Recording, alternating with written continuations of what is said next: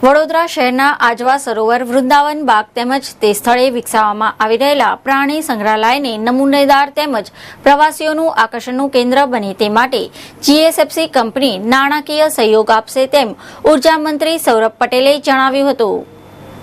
આજવા ગાર્ડનને આપણે સારી રીતથી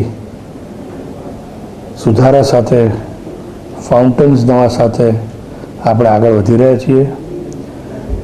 વડોદરા મ્યુનિસિપલ કોર્પોરેશન અને ગુજરાત સ્ટેટ ફર્ટિલાઇઝર કોર્પોરેશન ભાગીદારી કરી અને સંપૂર્ણપણે